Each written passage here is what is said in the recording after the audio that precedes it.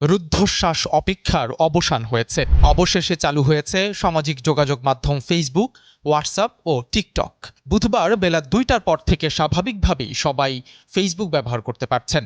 কোটা সংস্কার আন্দোলন ঘিরে সহিংসতার জেরে ১৭ জুলাই রাতে মোবাইল ইন্টারনেট এবং ১৮ জুলাই রাতে ব্রডব্যান্ড ইন্টারনেট বন্ধ করে দেওয়া হয়েছিল। এর আগে বুধবার সকালে ডাক, টেলিযোগাযোগ ও তথ্য প্রযুক্তি প্রতিমন্ত্রী জুনাইদ আহমেদ পলক জানিয়েছিলেন, বিকেল থেকে সামাজিক যোগাযোগ মাধ্যমগুলো খুলে দেওয়া হবে। সামাজিক যোগাযোগ মাধ্যমগুলোর মালিক প্রতিষ্ঠানের প্রতিনিধিদের সঙ্গে বৈঠক শেষে প্রতিমন্ত্রী একথা জানান। সে অনুযায়ী বিকেলে সব খুলে দেওয়া হয়েছে।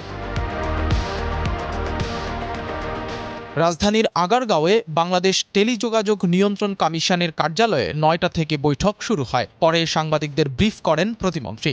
তিনি জানান, ইউটিউব ইমেইলে ব্যাখ্যা দিয়েছে। ফেসবুকের প্রতিনিধি অনলাইনে সরকারের সঙ্গে বৈঠকে উপস্থিত ছিলেন। টিকটকের প্রতিনিধি সশরীরে হাজির হন।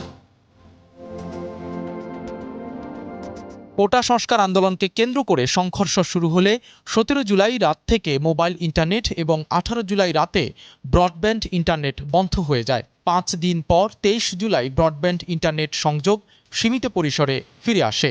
১০ দিন পর ২৮ জুলাই মোবাইল ইন্টারনেট চালু হয়েছে, কিন্তু বন্ধ ছিল ফেসবুক ও অন্যান্য সামাজিক যোগাযোগ মাধ্যম।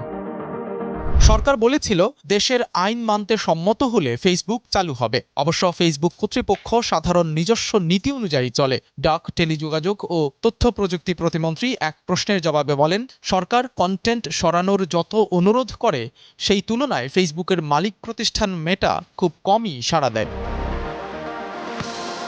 প্রতিমন্ত্রী জানান, ১৬ থেকে ১৮ জুলাই পর্যন্ত ফেসবুক সরকারের অনুরোধের বিপরীতে ১৩% কন্টেন্ট সরিয়েছে।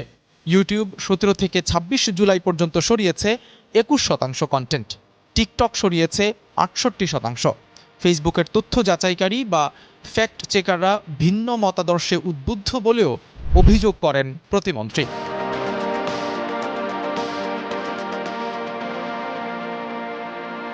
সাইদ রহমান, কালের কণ্ঠ।